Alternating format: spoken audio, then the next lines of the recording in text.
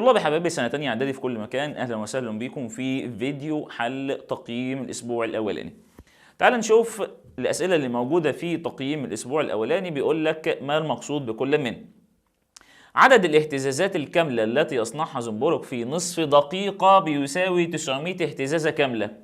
طالما بادئ لك هنا الكلام بتاعه بعدد الاهتزازات يبقى محتاج منك التردد. أقول له أي أن تردد الزنبرك بيساوي، طبعا التردد ده بيكون قانونه ايه؟ عدد الاهتزازات الكاملة على الزمن بالثانية. طيب عدد الاهتزازات الكاملة اللي عندي بكام؟ ب 900 على نصف دقيقة، دي معناها 30 ثانية. طبعا هنا 900 على 30 يديني 30 هرتز. طبعا بالآلة الحاسبة بسهولة، ادي هنا 900 على ال 30 هيديني كام؟ هيديني 30. تعالى لي السؤال اللي بعد كده. بيقول لك ما المقصود بالزمن الذي يستغرقه وتر مشدود في عمل 240 اهتزازة كاملة بيساوي دقيقتين. بادئ لك الكلام بزمن، يبقى محتاج منك الزمن الدوري. اقول له اي ان الزمن الدوري يساوي، طبعا الزمن الدوري كان قانونه ايه؟ عكس التردد، الزمن بالثانية على عدد الاهتزازات. طيب الزمن بالثانية بيقول لي دقيقتين، دقيقتين يعني كام؟ الشاطر في الرياضيات هيقول لي والله يا مستر الدقيقتين يعني معناهم 120 ثانية. طب عدد الاهتزازات الكاملة كام؟ 240. طبعا بسهولة على الآلة الحاسبة 120 على 240 هيطلع لك نص ثانية. طيب تعالى لي تقييم تاني. بيقول هنا اختر الإجابة الصحيحة. تردد جسم مهتز يصنع 600 اهتزازة كاملة في 10 ثواني. عاوز منك التردد كم هرتز؟ طبعا التردد ده كان قانونه عدد الاهتزازات على الزمن بالثانية. عدد الاهتزازات 600 والزمن بالثانية 10، 600 على 10 فيها ال 60 هرتز. طبعا هنا 60 هرتز. رقم 2 بيقول لي حاصل ضرب التردد في الزمن الدوري. ما تنساش ان التردد والزمن الدوري عكس بعض، وبالتالي لما تيجي تضربهم بيساوي 1 صحيح. طيب رقم 3 من أمثلة الحركة الاهتزازية كل مما يأتي ما عدا. طبعا البندول البسيط حركة اهتزازية، والشوكة الرنانة حركة دورية اهتزازية، والسلك الحلزوني برضو حركة دورية اهتزازية. إنما النحلة الدوارة حركة دورية فقط غير اهتزازية. طيب الزمن الدوري لجسم تردده 1000 هرتز كام ثانية؟ ما تنساش إن الزمن الدوري ده المعكوس الضربي للتردد. معكوس ضربي للتردد معناه يا مستر يعني قانونه كده من الآخر معناه 1 على تردد. طيب يعني 1 على كام؟ التردد ب1000 يبقى 1 على 1000. 1 على 1000 ديت اللي هي 1 من 1000 ثانية. طيب رقم 5 سعة الاهتزاز يساوي نقط من قيمة الاهتزازة الكاملة. طبعا سعة الاهتزاز دي بتمثل قد ايه؟ بتمثل يا مستر الربع. الربع دي اللي هي كام؟ 25 من 100. طيب تعالى للسؤال اللي بعد كده. اكتب المصطلح العلمي الدال على العبارات. حركة دورية يصنعها الجسم المهتز على جانبي موضع السكون، دي كانت الحركة الاهتزازية.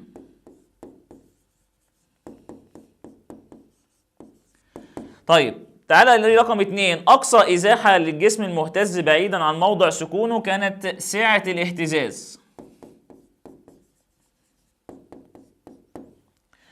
رقم 3 الحركة الاهتزازية التي يصنعها الجسم المهتز عندما يمر بنقطة ما مرتين متتاليين في نفس الاتجاه، دي كانت الاهتزازة الكاملة.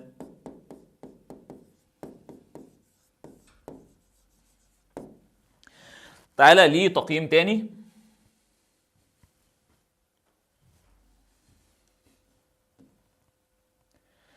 تعالى في التقييم ده طبعا بيعتمد على النظري. بيقول لك ما المقصود بكل من الحركة الدورية؟ الحركة الدورية دي معناها يا مستر معناها حركة بتتكرر بانتظام، كل شوية عمالة بتعيد وتزيد فيها. يبقى هي الحركة التي تتكرر بانتظام على فترات متساوية. الحركة الاهتزازية ديت هي حركة دورية.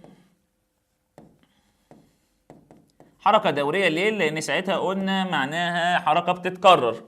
مين كان بيعملها؟ الجسم المهتز، يبقى هي حركة دورية يحدثها الجسم المهتز.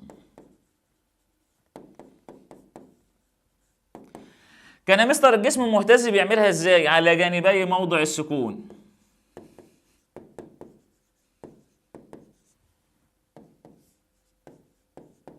بحيث تتكرر بانتظام على فترات زمنية متساوية. تعالى لي الحركة التوافقية البسيطة. الحركة التوافقية البسيطة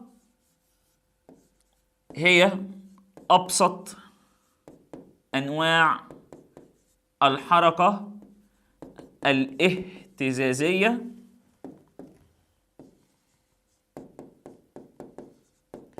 وتمثل بمنحنى جيبي.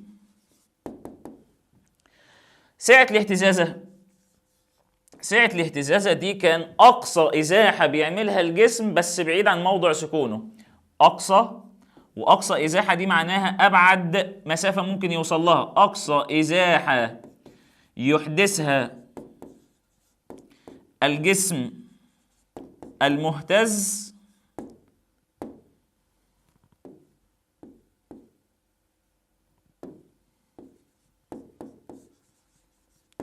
بعيدا عن موضع سكونه.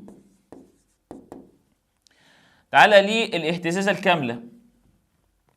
تعال نكتبها في صفحة بيضاء عشان مفيش مكان. الاهتزازة الكاملة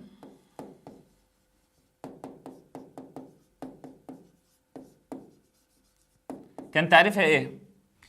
هي حركة يحدثها، كان مين بيعملها؟ الجسم المهتز، لأن أنت بتتكلم على حركة اهتزازية. يبقى هي الحركة يحدثها الجسم المهتز بحيث يمر بنقطة ما في مسار حركته مرتين متتاليين في نفس الاتجاه. طيب تعالى نشوف التعريف اللي بعد كده. الزمن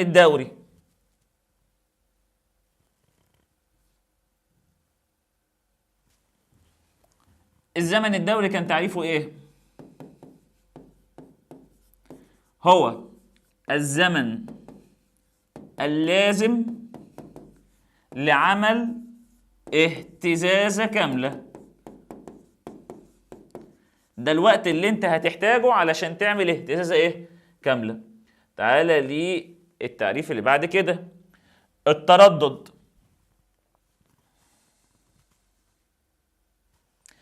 التردد كان تعريفه ايه؟ التردد هو عدد الاهتزازات الكاملة الحادثة في الثانية الواحدة. ده عدد الاهتزازات اللي هي الكاملة اللي ممكن الجسم يعملها خلال ثانية واحدة. ده بالنسبة لي اللي هو تعريف التردد. تعالى بعد كده علل. الحركة الاهتزازية تعتبر حركة دورية. ليه الحركة الاهتزازية دورية؟ هتقول له ايه؟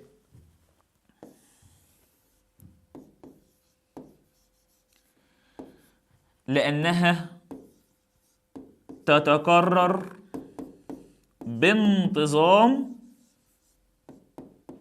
على فترات زمنية متساوية على جانبي موضع السكون. تعالى 2 في علل. علل رقم 2 بتقول لي ايه؟ حركة الشوكة الرنانة تعتبر مثالا للحركة الاهتزازية. هقول له لأنها تتكرر بانتظام على فترات زمنية متساوية على جانبي موضع السكون. رقم 3،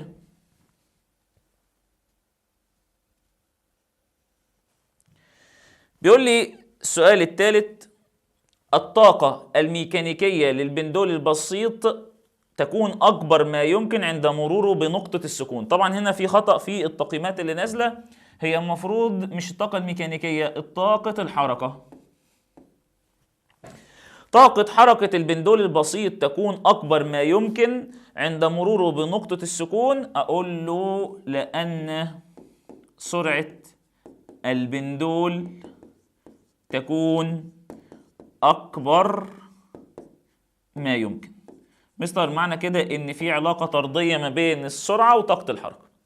طيب السؤال الرابع بيقول لي التردد في الزمن الدوري بيساوي 1. أقول له لأن التردد يساوي المعكوس الضربي للزمن الدوري، أو أقول له بيساوي 1 على الزمن الإيه؟ الدوري. طبعا المعكوس الضربي لما تتضرب في التردد يطلع لي كام؟ يطلع لي 1. ماذا يحدث عند زيادة عدد الاهتزازات الكاملة التي يصدرها جسم مهتز بالنسبة للزمن الدوري؟ طب عدد الاهتزازات يا مستر دلوقتي والزمن الدوري علاقة ايه؟ طيب تعالى نكتب القانون ونشوف العلاقة. الزمن الدوري كان قانونه ايه؟ الزمن بالثانية هو اللي فوق، وعدد الاهتزازات من تحت، اللي هو يعني فين؟ في المقام من تحت. طيب كده عدد الاهتزازات والزمن الدوري هنلاقي بينهم علاقة عكسية. لو عدد الاهتزازات زاد يبقى الزمن الدوري يحصل له ايه؟ يقل. طب بالنسبة للتردد، لا التردد كان قانونه كده، عدد الاهتزازات الكاملة كان هو اللي في البسط، والزمن بالثانية هو اللي في المقام، وبكده يبقى العلاقة ما بين عدد الاهتزازات والتردد كان علاقة ايه؟ طردية، يبقى يزداد التردد. طيب تعال نشوف تقييم تاني. طبعا التقييم ده كله كلام كتير من التقييمات اللي هي معتمدة على اللي هي التقييمات المقالية. بيقول لي هنا رقم 4: الزمن الذي يستغرقه جسم المهتز لعمل اهتزازة كاملة. طبعا ده مصطلح علمي. طبعا هنا الزمن الذي يستغرقه الجسم المهتز لعمل اهتزازة كاملة ده الزمن الدوري.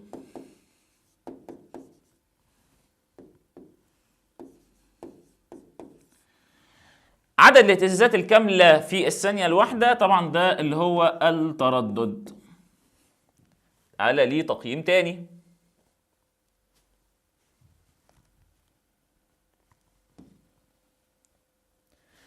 اختر الإجابة الصحيحة. بيقول لي هنا حاصل ضرب التردد في الزمن الدوري. طبعا هنا لما بتيجي تضرب التردد في الزمن الدوري بيساوي كام؟ بيساوي 1. كلما زادت سرعة البندول فإن طاقة الحركة، طبعا أنا لسه قايل لك إن السرعة والحركة بينهم علاقة إيه؟ طردية.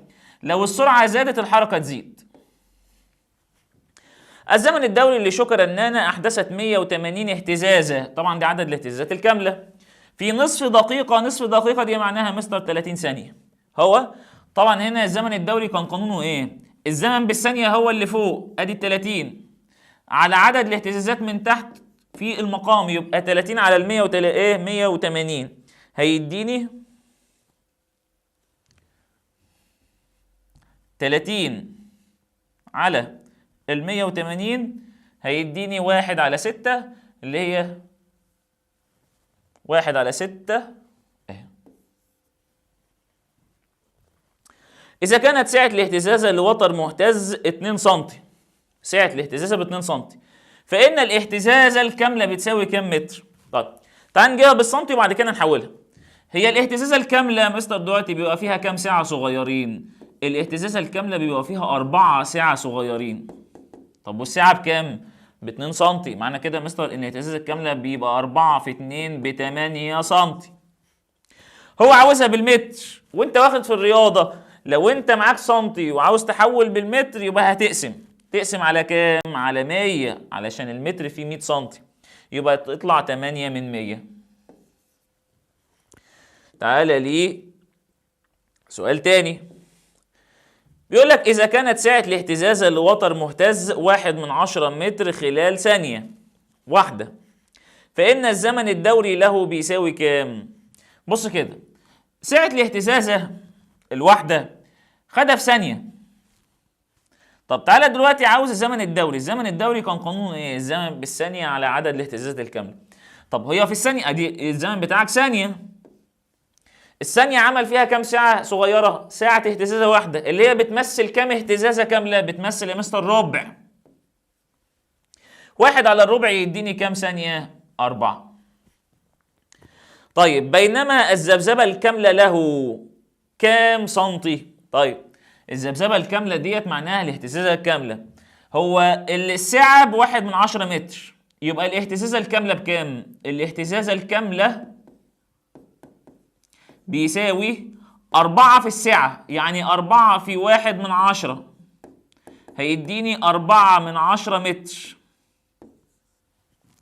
4/10 متر يعني كام سنتي يا مستر؟ يبقى هتضربها في 100 هيديني كام؟ هيديني 40 سنتي. تعالى لي تقييم تاني، طبعا تقييم لذيذ جدا، ده كله معظمه ايه؟ مسائل.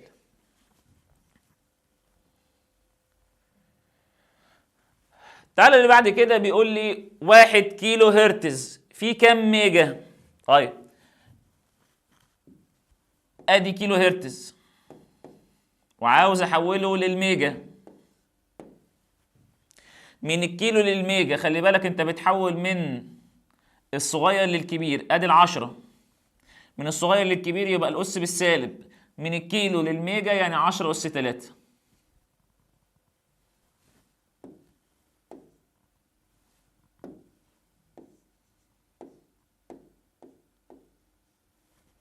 من الكيلو للميجا يعني في عندك 3 يبقى 10 أس سالب 3. طيب رقم 7 بيقول لي 2 ساعة اهتزازة بيمثل قد ايه من الاهتزازة الكاملة؟ بص كده، الاهتزازة الكاملة فيها 4 ساعة، يبقى الساعة الواحدة بربع، الساعتين بنص اهتزازة. 2 ساعة اهتزازة تعادل قد ايه من الزمن الدوري؟ 2 ساعة اهتزازة دي معناها نص اهتزازة كاملة، نص اهتزازة كاملة يعني بتمثل قد ايه من الزمن الدوري؟ بتمثل نص الزمن الدوري. طيب النسبة بين زمن الساعة والزمن الدوري، 4 ساعات أو 4 أزمنة بتوع ساعات يدوني زمن دوري بالكامل، يبقى النسبة بينهم 4:1.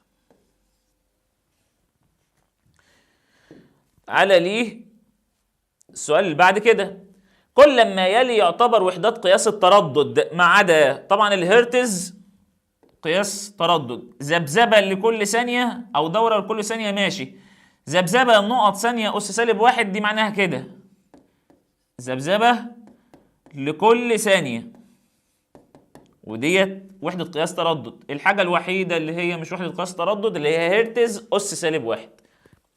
طيب 11 إذا كان تردد جسم مهتز 10 هرتز فإنه يقوم بنقط ذبذبة كاملة خلال دقيقة واحدة. طيب هنا دلوقتي عاوز عدد الاهتزازات الكاملة. طب عدد الاهتزازات الكاملة قانونها ايه؟ تعالى افكرك بالمثلث. كان هنا تردد وكان هنا عدد الاهتزازات وكان هنا الزمن بالثانية. عدد الاهتزازات بيساوي ايه؟ التردد واضربه في الزمن بالثانية. طب التردد عندك بكام؟ ب10 في عاوزه خلال دقيقة، دقيقة يعني كام ثانية؟ 60 ثانية، 10 في 60 بيديني 600 اهتزازة.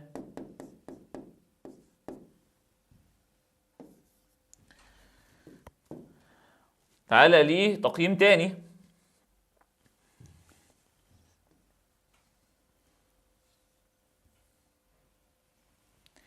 في الشكل المقابل عندما تتحرك الكرة من x إلى y، أدي x لواي، خلاص، في زمن قدره 2/100 ثانية، 2/100، فإن التردد بيساوي كام؟ طب التردد قانونه إيه؟ ما تنساش الزمن بالثانية، أو سوري، تعالى ليه السؤال اللي بعد كده بيقول لي في الشكل المقابل عندما تتحرك الكرة من x إلى y خلال 2/100 ثانية، 2/100 دي، فإن التردد بيساوي كام هرتز؟ التردد ده عدد الاهتزازات على الزمن بالثانية. طيب تعالى دلوقتي الزمن اللي معاك ب2/100 عمل فيه كام ساعة أو كام اهتزازة كاملة؟ من إكس لواي، من إكس لواي ديت ساعتين، ساعتين يعني نص اهتزازة كاملة. طب نص على 2/100 يديني كام؟ نص على 2/100 هيديني 25. تعالى السؤال بعد كده بيقول لي الزمن الدوري لشوكة رنانة تقوم ب 240 اهتزازة خلال دقيقة. طيب عاوز الزمن الدوري، الزمن الدوري زمن على عدد الاهتزازات، الزمن بتاعك بالثانية خلي بالك، دقيقة يعني 60 ثانية، وعدد الاهتزازات 240، 60 على 240 ادي هنا 60 و240، 60 240 هيديني ربع. اللي بعد كده بيقول لك الاهتزازة الكاملة تحتوي على نقط إزاحات متتالية. طبعا الاهتزازة الكاملة فيها 4 ساعات، اللي هي 4 إزاحات، كل واحدة فيهم تسمى ساعة اهتزازة. فين بقى الاختيار اللي بيدل على كده؟ 4 وساعة اهتزاز، ادي ج، 4 وساعة اهتزاز. 15 إذا كان الزمن الدوري لجسم إكس يساوي ضعف الزمن الدوري لجسم واي، ادي مثلا إكس وادي واي، خلاص. تعالى الزمن اللي هنا ضعف اللي هنا، اللي عند إكس ضعف اللي عند واي، يعني 2 إلى إيه؟ 2 إلى 1، ده بالنسبة للزمن الدوري. فإن النسبة بين تردد واي إلى تردد إكس، طيب هنا ده الزمن الدوري النسبة بينهم 2 إلى 1، طب هيكون في التردد اعكس 1 إلى إيه؟ 2. طبعا هنا هتكون برضو هنا التردد بتاع واي إلى إكس يبقى 2 إلى 1.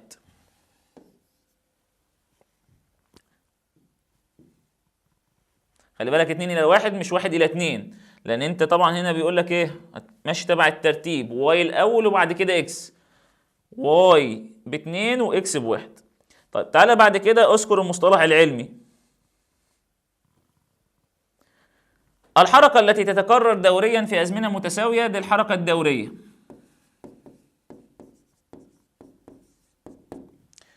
الحركة الدورية التي يصنعها الجسم المهتز على جانبي موضع سكونه حيث تتكرر دوريا في أزمنة متساوية ديت الحركة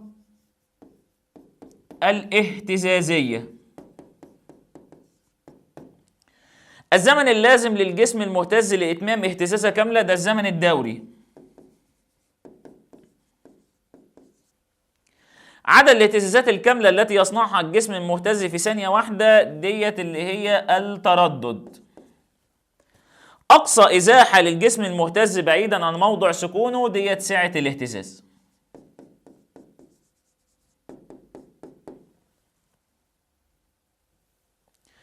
تعالى بعد كده علل. طاقة الحركة للجسم المهتز عند أقصى إزاحة تساوي 0. ليه بقى؟ ليه يا مستر عند أقصى إزاحة بيكون طاقة الحركة ب0؟ أقول له لأن سرعة الجسم تساوي كام؟ 0، وطاقة الحركة والسرعة علاقة ايه؟ علاقة طردية. طالما هنا سرعتك بصفر يبقى اكيد طاقة الحركة بتاعتك بصفر. طيب رقم 2، عندما يزداد الزمن الدوري للجسم المهتز يقل تردده. اقول له لأن الزمن الدوري والتردد بينهما علاقة ايه؟ بينهما علاقة عكسية. بينهما علاقة عكسية معناهم هما الاتنين ما بيتفقوش مع بعض. الزمن الدوري لو زاد التردد هيقل والعكس صحيح. رقم 3 بيقول لك حركة النحلة الدوارة لا تعتبر حركة اهتزازية. أقول له لأنها لا تتكرر على جانبي موضع السكون. النحلة وهي بتلف حركتها ما بتتكررش حول موضع السكون، وبالتالي بنقول عليها حركة دورية بس مش اهتزازية. تعالى لي ورقة تانية، ودي هتكون آخر ورقة معانا. تعالى لي الورقة ديت. ما المقصود بما يأتي؟ شوكة رنانة ترددها 212 هرتز. طبعا هقول له أي أن عدد الاهتزازات الحادثة في الثانية الواحدة يساوي 212 اهتزازة. جسم يعمل 360 اهتزازة كاملة في دقيقة. هتقول له أي أن تردد الجسم،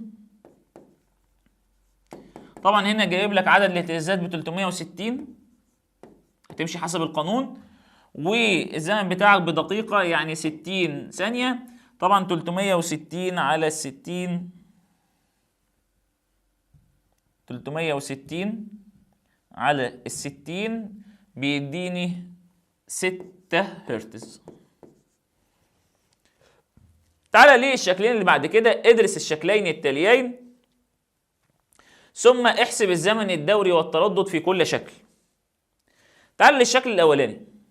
الشكل الاولاني بيقول لك اتحرك من A الى B في 25 من 100 ثانية. عاوز الزمن الدوري والتردد. طيب خلينا الزمن الدوري. الزمن الدوري كان الزمن بالثانية على عدد الاهتزازات. الزمن اللي معاك 25 من 100.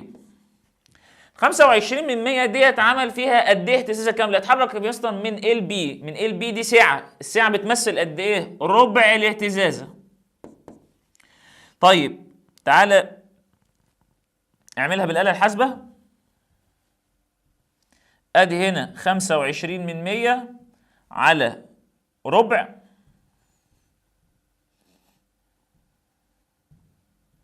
هيديك 1. طبعا 1 1 ثانية. طب تعالى ليه التردد. خلاص التردد اللي هي 1 على الزمن الدوري، يعني 1 على 1 بيساوي 1 هرتز. ده بالنسبة لي اللي هو الشكل رقم 1. طب تعالى ليه الشكل رقم 2.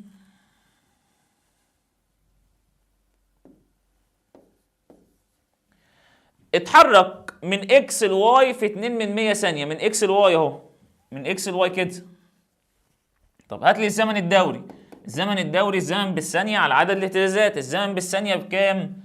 ب 2 من 100 على من اكس لواي فيها ساعتين. ادي ساعة ادي 2. الساعتين بقى بيمثلوا قد ايه من الاهتزازة الكاملة؟ نص. يبقى هيديني 4 من 100 ثانية.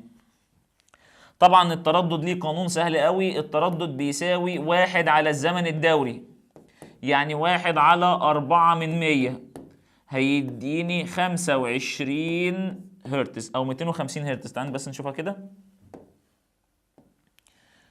1 على 4 من 100 هيديني 25 هرتز. 25 هرتز.